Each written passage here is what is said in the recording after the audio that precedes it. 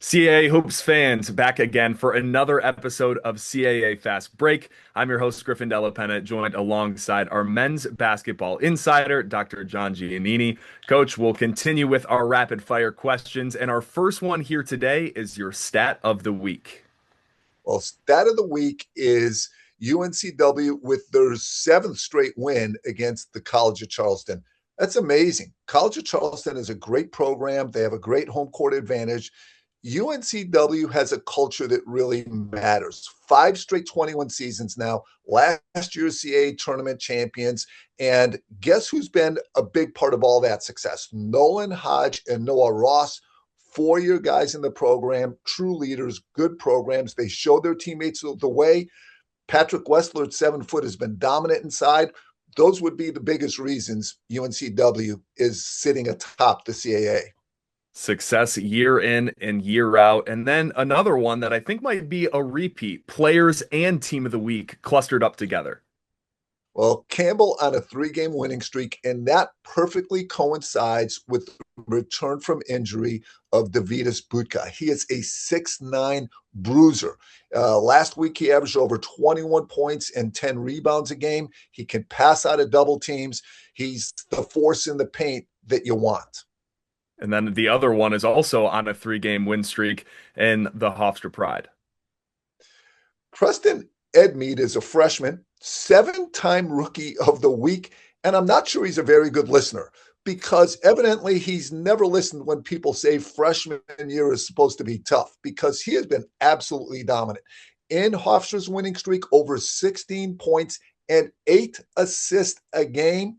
His point guard / head coach mentor, Speedy Claxton, NBA champion, great Hofstra point guard himself. He's given the reins of that program to Preston Edmeade. And guess what? He's as good defensively as he is offensively. Very special freshman.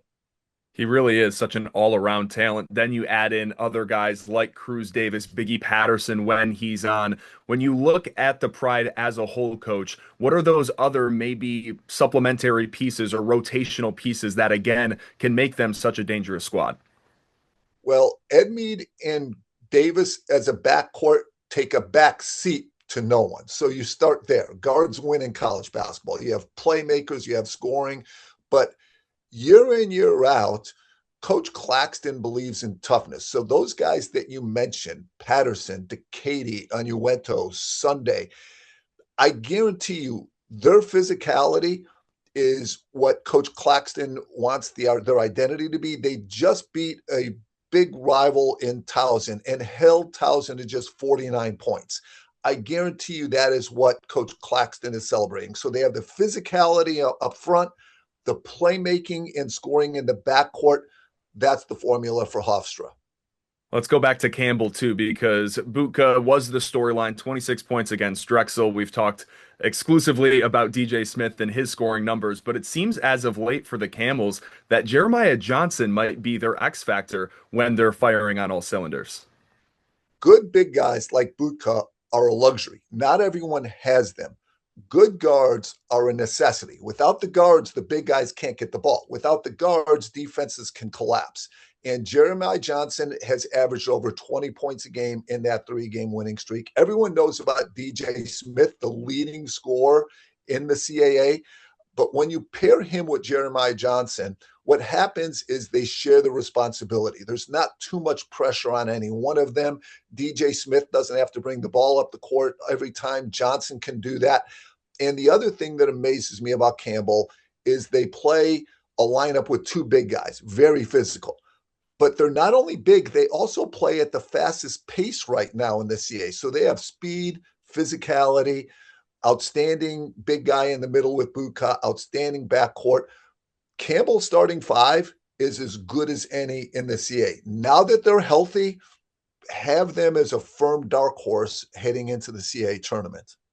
And even riding those 3-game win streaks for Hofstra and Campbell, they're still trying to chase UNCW right now. Only 2 losses so far for the Seahawks, both coming against William and Mary so far this year. So, Coach, what kind of has the Tribe done that could be a formula moving forward and trying to defeat UNCW? Well, let's talk about why UNCW is so good.